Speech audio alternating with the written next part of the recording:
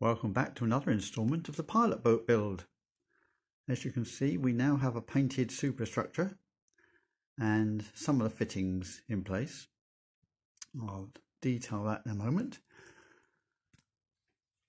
On the top here we have the life raft and the mast is in place, and at the back we have another life raft which in the model as supplied would normally fit at the front, but I've moved the whole superstructure forwards and I fitted at the back, really because I just want to be different.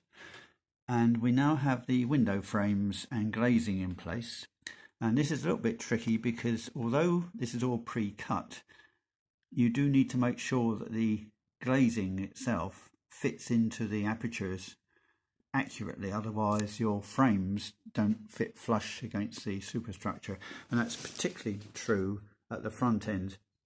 They do need fiddling a little to get them to just sit into the frames properly in the superstructure, and then the outer frame sits nice and flush on the front. So that was something I learnt on the previous model, and the same is true at the back. Make sure that the glazing fits into the frames there, and if you look inside you can see there's a floor in there, and that floor isn't on the model, that's open in the model, but I made a removable floor so that I can then later on fit some detail inside the cabin. The brass portholes are now in place. They were the ones, if you remember, they came from model boat bits, and they a snug fit into the pre-drilled holes. And is there anything else I can tell you? Oh yes, this is the radar dome, which comes in two parts. It's made from polystyrene, and I've fitted a little screw with a nut so that can come off, and that drops into there, so you can see that will drop in through a hole which I will have to open up slightly. That's where we are. That's just there.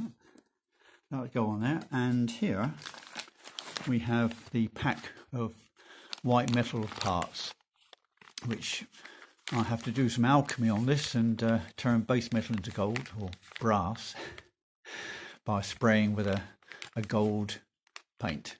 And this is for the port and starboard lights. That's the little parts you have to push out for those. So that'll come a little bit later on.